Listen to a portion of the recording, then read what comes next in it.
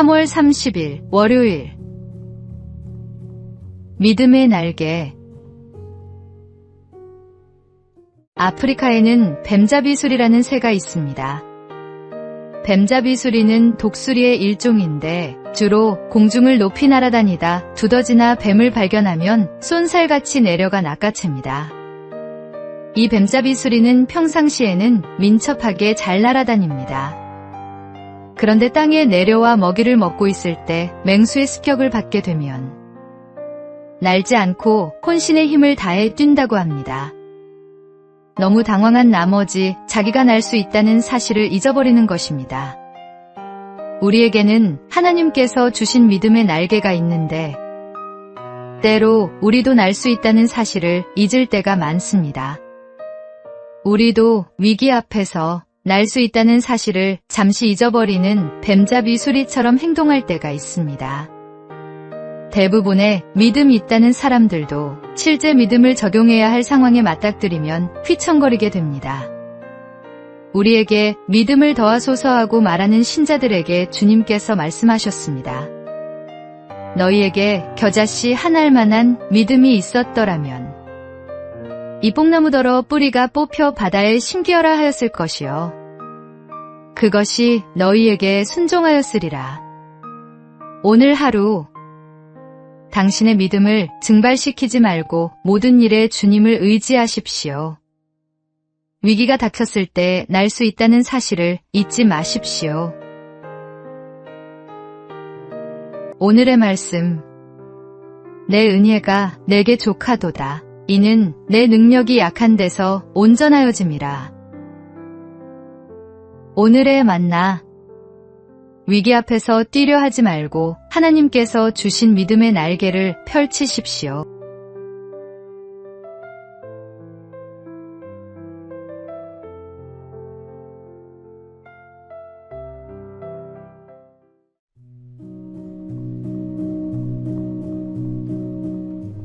(3월 31일) 화요일.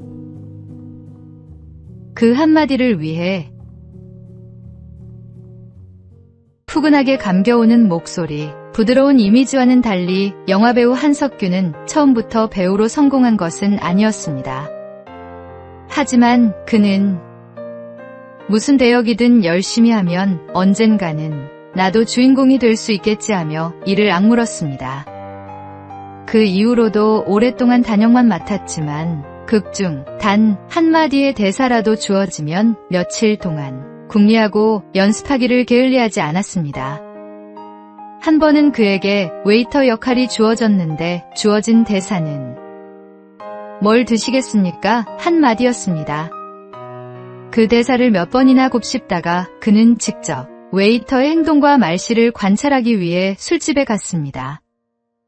그리고 웨이터의 목소리, 손놀림을 유심히 보기 위해 시도 때도 없이 웨이터를 불렀습니다.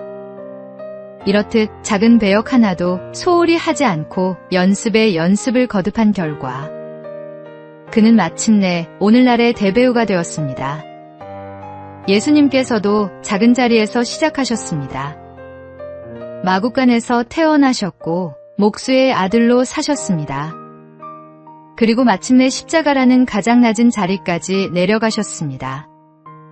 제자의 길은 언제나 큰 사명에서 시작되지 않습니다. 주목받지 않는 자리에서도 맡겨진 하루를 외면하지 않는 것. 그것이 십자가를 지신 주님을 따르는 길입니다. 오늘의 말씀. 아무든지 나를 따라오려거든 자기를 부인하고 날마다 제 십자가를 지고 나를 따를 것이니라. 오늘의 만나. 주님께서 십자가까지 낮아지셨듯이 우리도 작은 자리에서 겸손히 섬기는 삶으로 그 사랑에 응답합시다.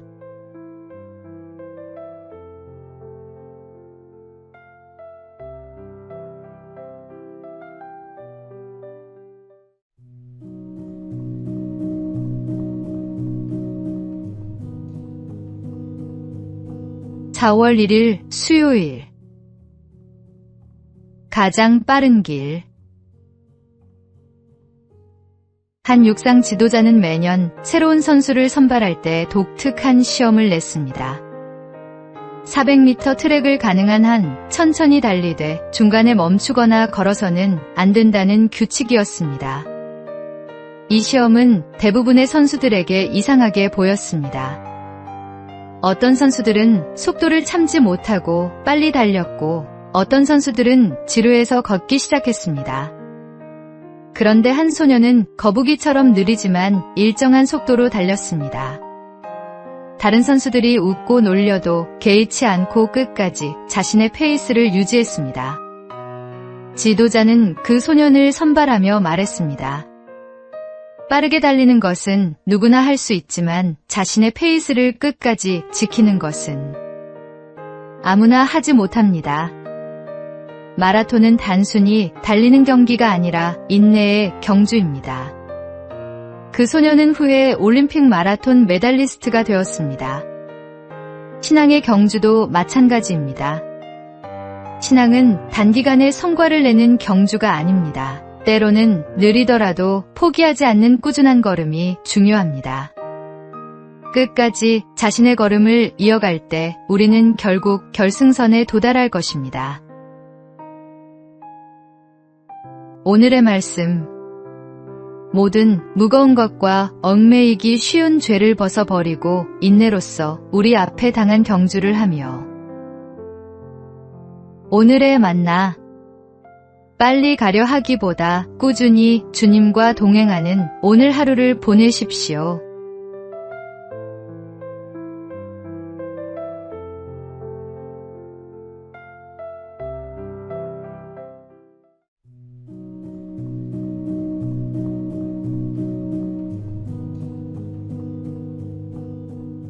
(4월 2일) 목요일.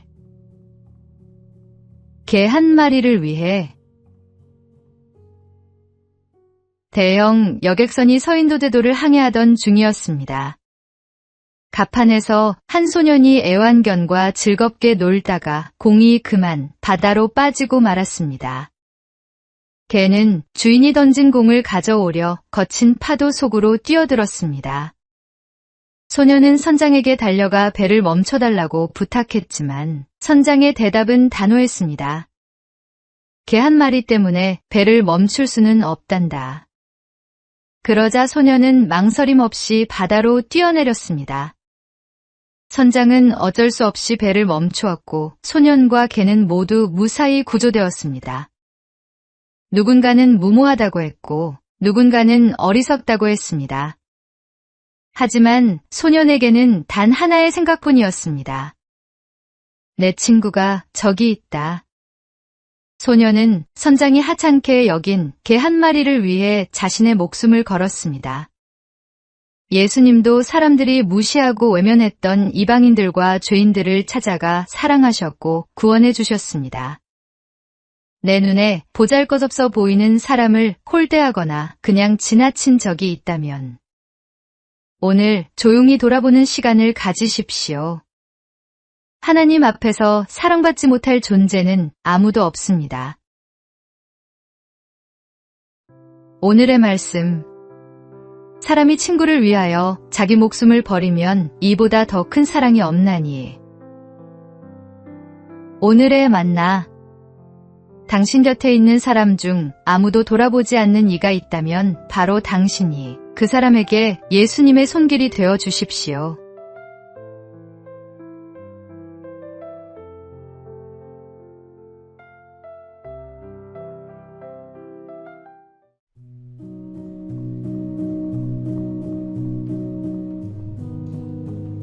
(4월 3일) 금요일. 십자가의 무게를 아는 사람. 독일 오베라머가우에서 유명한 순환극을 관람한 한 부부가 있었습니다. 공연을 마친 뒤 무대 뒤로 찾아간 남편은 예수 역을 맡은 배우가 쓰던 십자가를 발견했습니다. 저 십자가를 지고 있는 내 사진을 찍어줘요.